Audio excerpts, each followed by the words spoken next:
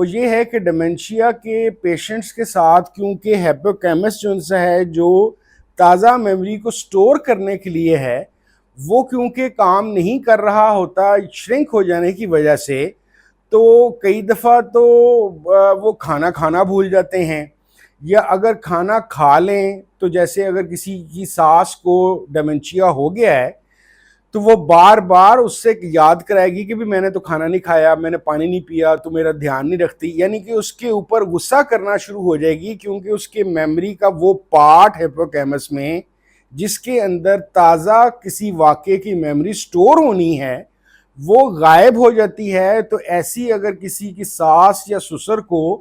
گھر کے اندر یہ مسئلہ ہو جائے تو ایسی جو بہویں ہیں یا بیٹیاں ہیں جو نارملی ماؤں کا دھیان رکھتی ہیں، ان کی زندگی کافی زیادہ مشکل میں چلی جاتی ہے۔ اسی طریقے سے آپ کو ایک اور چیز کا بھی احساس ہوگا کہ خدا نہ خواستہ، کیونکہ اب آپ کو پتہ ہے بعض جگہوں پہ 60 سال، بعض جگہوں پہ 65 سال ایج ہو گئی ہے، اور کسی بندے کو، کیونکہ یہ نارملی جو ڈیمنشیا ہے اس کے ارلی سائنس تو 40 یا 45 کے بعد شروع ہو جاتے ہیں، اور 55 کے اراؤنڈ جو سی ایج ہے اس کے اندر ڈیمنشیا کا مکمل طور پر ہو جانے کے بہت زیادہ چانسز ہوتے ہیں۔ تو اگر خدا نہ خواستہ کسی ملازم پیشہ بندے یا کاروباری آدمی کو ڈیمنشیا کا عارضہ لاحق ہو جائے تو اس کے کاروبار یا اس کی ملازمت پہ بھی انتہائی نیگیٹو اثر پڑتا ہے، اور میں نے کئی لوگوں کو صرف اس ڈیمنشیا کی پرابلم کی وجہ سے ہمارے کارپوریٹ سیکٹر کے اندر سے بھی اپنی جاب سے ہاتھ دھوتے دیکھا ہے، کیونکہ وہ اس قابل ہی نہیں رہ جاتے کہ وہ ریکال کر سکیں کہ ان کو کیا کام دیا گیا تھا، اور جب ایڈوانس سٹیج کا ڈیمنشیا ہو تو اچانک وہ یہ بات بھول جاتے ہیں کہ اس وقت وہ کیا کام کر رہے تھے، کیونکہ ہیپوکیمس تو تازہ میموری بنا ہی نہیں رہا۔ اچھا، آپ لوگوں کی دلچسپی کے لیے میں ایک اور چیز ایڈ کر دوں، کیونکہ نارملی جب بھی ہم میموری یا یادداشت کا ذکر کرتے ہیں تو ہمارے ذہن میں انسانی دماغ ہی آتا ہے، لیکن ایک بات یاد رکھیے کہ میموری ایک ایسی چیز ہے کہ جو آپ کے پورے جسم میں پھیلی ہوئی ہے۔ جیسے کہ ایک چیز آپ کی اطلاع کے لیے عرض ہے کہ ایک چیز ہوتی ہے مسل میموری۔ مسل میموری یہ ہے کہ جیسے آپ نے سائیکل چلانا یا دوڑنا یا چلنے کی وجہ سے مسلز کے اندر اس دوڑ بھاگ یا چلنے کی وجہ سے وہ میموری سٹور ہو جاتی ہے۔ اسی وجہ سے آپ نے دیکھا ہوگا کہ بہت سارے لوگ چاہے وہ 20 سال کی عمر کے ہوں، خدا نہ خواستہ اگر ان کا بازو یا ٹانگ ٹوٹ جائے اور 2-3 ماہ پلسٹر کی وجہ سے وہ اس کو استعمال نہ کر سکیں، تو پھر اس کے بعد ان کو فزیو تھراپسٹ کے پاس جا کے اس میموری کو ری انسٹال کرنا پڑتا ہے تاکہ وہ اپنی ٹانگ یا بازو جو اتنی دیر استعمال نہیں ہو سکی وہ اس کا استعمال کر سکیں۔ اسی طریقے سے ہمارا ایک جو سب سے بنیادی کسی بھی لائف کا سی جگہ ہے وہ سیل ہے، تو سیل کے اندر ڈی این اے اور ڈی این اے کے ساتھ لگے ہوئے جینز جو ہماری ساری کارکردگی کو بنا بھی رہے ہیں، ڈیولپ بھی کر رہے ہیں۔ اس کا مطلب یہ ہوا کہ ایک سیل جب دوسرے سیل میں 2 سیلز میں آگے کنورٹ ہوتا ہے اور اپنی تمام معلومات اگلے سیلز تک پہنچاتا ہے، تو اس کا مطلب یہ ہوا کہ وہ ایک سیل سے میموری جو سی ہے دوسری سیل کی طرف بھی لے کے جا رہا ہے۔ اسی وجہ سے اب یہ دیکھا گیا ہے کہ خاص طور پہ کیونکہ ہمارا جو نیورون ہے وہ بھی ایک قسم کا ایک سیل ہی ہے، جب اس کے اندر ہائر ڈیمنشیا کی وجہ سے ایک ڈسٹربنس یا ڈی جنریشن پیدا ہو جاتی ہے، تو اس ڈی جنریشن کی وجہ سے آہستہ آہستہ وہ اپنی پرفارمنس کو بھولتے جاتے ہیں، اور اخیر کار بندہ ڈیمنشیا کا بندہ جو سا ہے، جو اس کی ایونچل سب سے کرونک اور لاسٹ سٹیج ہے، وہ بالکل ایک بت کی طرح بیٹھا رہتا ہے۔ اس کو ہلاؤ تو وہ ہلتا ہے، کھانا کھلا دو تو وہ کھا لیتا ہے، ٹوائلٹ لے جاؤ تو لے جاتا ہے، کیونکہ خود سے نہ اس کی ورکنگ میموری کام کر رہی ہے، نہ ہی اس کی اس قسم کی کوئی اور چیز کام کر رہی ہے، یہ مینز ہیپوکیمس وغیرہ کام کر رہا ہے، نہ امیگڈلا اس کو یہ بتا رہا ہے کہ میں نے خوش ہونا ہے یا غصہ کرنا ہے یا ناراض ہونا ہے، تو وہ بالکل ایک بت کی صورت میں چلا جاتا ہے۔ اچھا، میرا کیونکہ فلسفی آف مائنڈ پہ اور نیورو کے اوپر میں کافی عرصے سے پڑھ لکھ رہا ہوں، تو اس کے سلسلے کے اندر میں آپ لوگوں کو ضرور یہ ایک دو تجاویز دینا چاہوں گا کہ جس کی وجہ سے ہم ڈیمنشیا کو سب سے بہتر تو یہ ہے کہ ہونے سے پہلے روک لیں. اگر یہ سٹیج گزر گئی ہے اور ارلی سائنز ہیں تو تب کچھ کر لیں، تاکہ جب یہ اپنی فل فارم کے اندر چلا جائے اور جہاں پہ جا کے صرف اور صرف مینجمنٹ رہ جاتی ہے دوائیوں کے ذریعے سے، لیکن اس کی ریکوری 100% کے چانسز نہیں رہ جاتے، تو ہم اسے بچ سکیں. اچھا، ایک بات یاد رکھیے کہ میموری یا نیورونز یا ہمارا جتنے بھی برین کے پارٹس ہیں یا جسم کے جتنے بھی مسلز ہیں، ان کا ایک سادہ سا اصول اپنے ذہن میں رکھ لیں. ان کو جب تک جتنا زیادہ آپ استعمال کرتے رہیں گے یہ اتنا بہتر پرفارم کرتے رہیں گے. جب آپ اس کو چھوڑ دیں گے تو یہ پڑے پڑے ضائع تو نہیں ہوں گے، لیکن ڈی جنریٹ ہوتے ہوتے بالکل جسے پنجابی میں کہتے ہیں لٹک جانا یا ڈھیلے پڑ جانا، یہ اس فارم میں چلے جائیں گے. اسی لیے کہا جاتا ہے کہ وہ لوگ جو بہت ریگولر واک نہیں کرتے یا کوئی بھی ایکسرسائز نہیں کرتے، تو پہلے تو ان کے جسم میں دردیں شروع ہوتی ہیں، اور اس کے بعد پھر ان کے کئیوں کو کولڈ شولڈر ہو جاتا ہے، کئیوں کی بازو کی موومنٹ یا آرتھرائٹس کا کوئی مسئلہ شروع ہو جاتا ہے، یا ٹانگیں کام کرنا چھوڑ جاتی ہیں. اسی طریقے سے میموری یا یادداشت کا معاملہ یہ ہے کہ اس کو اب جتنا بہتر طور پہ استعمال کر لیں گے اور اس کو ریگولر استعمال میں رکھیں گے تو یہ اتنا زیادہ تر و تازہ اور کام آتی رہے گی.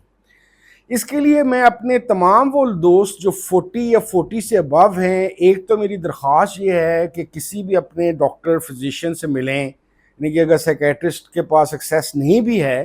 تو اس سے 40 سال کے بعد کے کوئی نہ کوئی جو ان سے ٹونک ہے برین کا،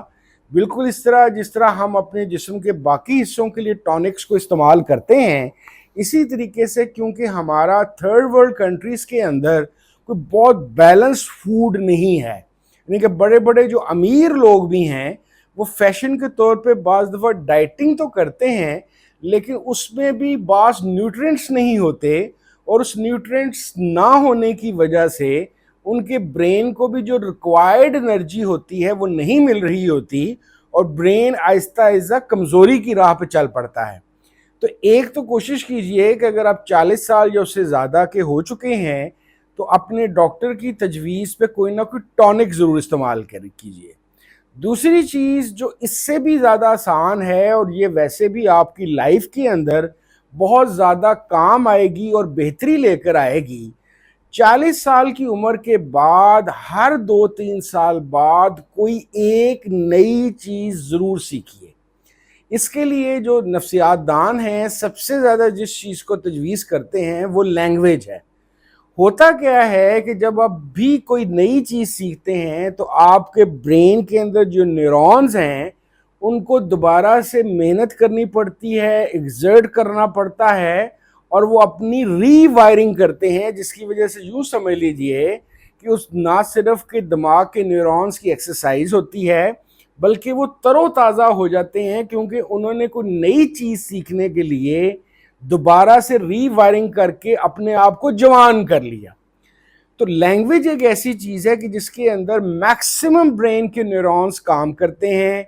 پھر کیونکہ ایک اور وجہ یہ ہے کہ لینگویج میں الفاظ، جملے، محاورے آپ یاد کرتے ہیں، دیٹ مینس کہ آپ کو ہیپوکیمس کا ایکسرسائز ہوگی، اس کو کام کرنا پڑا،